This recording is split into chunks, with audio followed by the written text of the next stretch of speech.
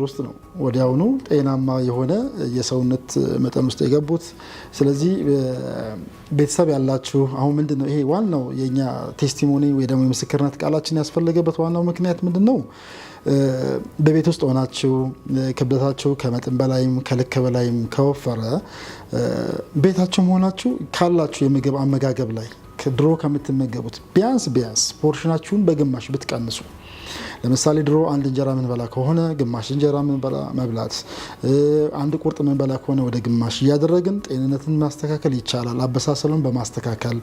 ሌላው እህቶቻችን በተለይ ቤት ውስጥ እንደዚህ በጣም ሰውነታቸው ጨምሮ የጉልበት ህመም ኖሯቸው የወገብ ህመም ኖሯቸው እስቲ ለነሱ ምን ምክር ትሰጫለሽ? ውጡ ነው የምላቸው። ውጡ። እንደዚህ ጤናን ማስተካከል የሚቻልበት ብዙ ቦታ አለ። ለምሳሌ አሁን መጥቼ እንደተጠቀምኩት አይነት ቦታ በአቅራቢያቸው ወዳለው ሄደው ስለ ጤናቸው ቢያውቁ አመጋገባቸውን ቢያስተካክሉ ነው መመክራቸው። በጣም ጤናቸውን ችላ ይላሉ።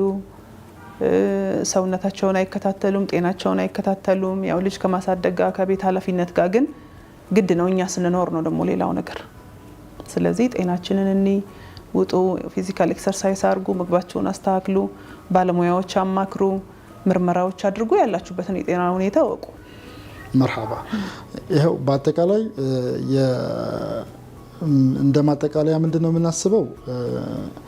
ያው እህታችን እኛ ጋር ለ3 ወር ቆይታለች። በ3 ወር ጊዜዋ ሙሉ ምርመራ አድርጋ ያለባትን የጤና እክሎችን አይተን የምግብ እቅድ አዘጋጀን፣ የምግብ ትምህርት ሰጠን፣ የእንቅልፍ ሰዓት ሳይቀር ማስተካከል እንዳለባት ሬጉላር የሆነና ተከታታይ የሆነ የሰውነት ማጎልበሻ ስፖርቶች እንድትሰራ እንደዚሁም ደግሞ የምግብ ስልጠና ትሬኒንግ ሰጥተን ምግቧ እንዴት ማብሰል እንዳለባት እሷም ተናግራለች። ይህን በማስተካከል እነዚህ ለውጦች መጥተዋልና ማንኛውም ከልክ በላይ የሚሆን እንደዚሁም ደግሞ